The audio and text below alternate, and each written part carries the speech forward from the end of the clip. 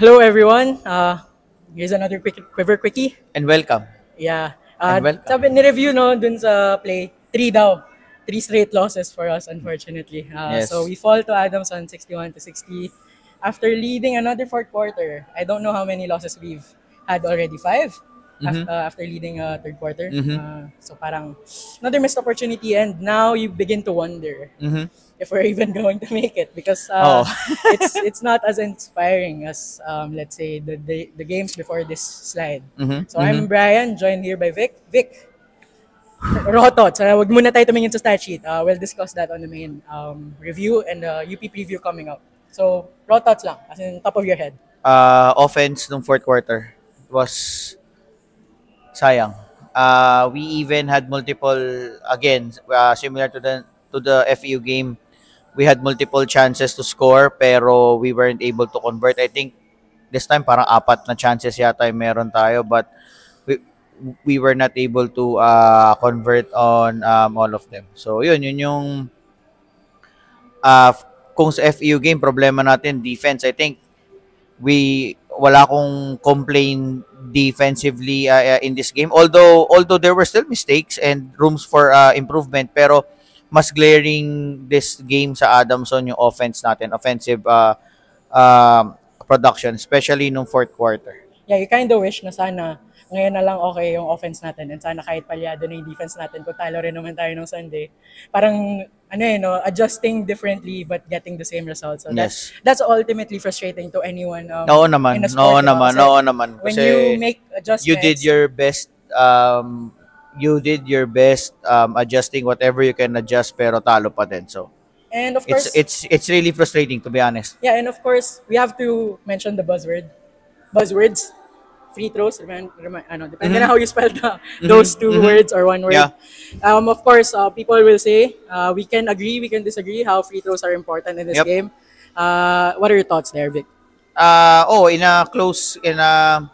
Siguro magandang i-frame siya in such a way na in a defensive team like Adamson, whatever chance you can get, no?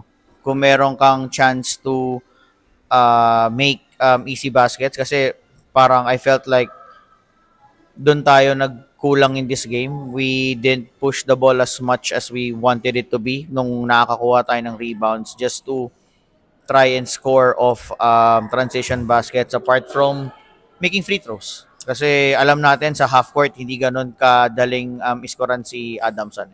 Yeah, definitely. Sa part ko lang parang lagi naman mababanggit yung free throws, and tama ka dun. It's the opportunities you get that opportunity frequently. Yep. You have to make them. Especially the rate now. I think we're below 50%. Paki-verify na lang kasi wala kaming copy ng stat sheet now. But yeah, that's nowhere near good enough in any standard. Talagang raw thoughts right now. Yeah, exactly. Okay, so we will not end the quickie without looking back at that last play, of course. That's important. Do you think we had enough time to have better options? I mean, Earl, he's been hitting his trees, but do you think that was the best option out there? I can't fault si Earl kasi siya yung naka-shoot ng previous play. So parang parang heat check, or he felt na mataas yung kumpiyansa niya from hitting the last three. So I cannot blame him as well. Pero kung better option, I think he could have. Di ko alam kung may time pa siya mag one dribble pull up on that time. Parang yung Busatro shot nung 2013, no?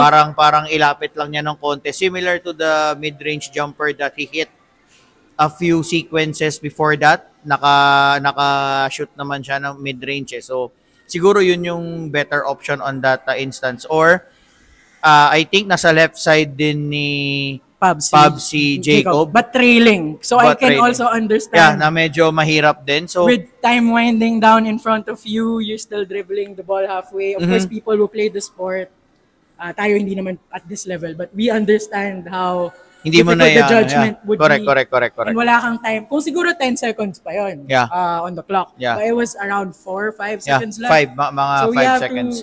I find empathy with the boys in that situation. And at the end of the day, we still got the shots. It just so happened that it didn't. But there were lots of things na pwede natin na gawa ng maayos para hindi tayo mauwi on that instance na kailangan natin ulit ng potential game winner. So yun Yeah. lang naman yung ano ko doon. Siguro ang pinaka-maninitpick ko na lang na concern, if there's any, we've had 2 similar situations in less than a week. 3 days, 4 days in between. And we ended up resorting to 3-point shots rather than, so ewan ko kung confidence ba yun or just a different approach. Yeah. Yun yung hindi natin binagaw from the FEU game. Because we also had this, although ito mas rushed, mas less time to think about it. So I suppose, yeah. Tougher test to come for us. UP on Saturday UP and and Ateneo Ateneo on Wednesday. So next we'll talk week, about Wednesday. that Yeah. in our main episode. But for now, Yep. here's the quickie. We still have to find our way. Ayaw namin malunod sa mga susunod na papasok sa venue nito. Oo. Medyo ano eh. Kahit manonood naman ako ng next game.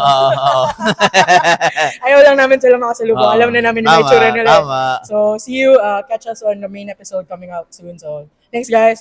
Saya pa rin kami. It's not the end of the world. 6-6. Sayang, hindi aabot ng 3 losses. Hindi makuha ni Willie yung dream Hindi, record niya. na 6 and 9. Unless mag 6 and 8 tapos playoff. Oh no, Ayun, that's 6, the worst. 6 and 9. But anyway, still spirits up. Games still to come.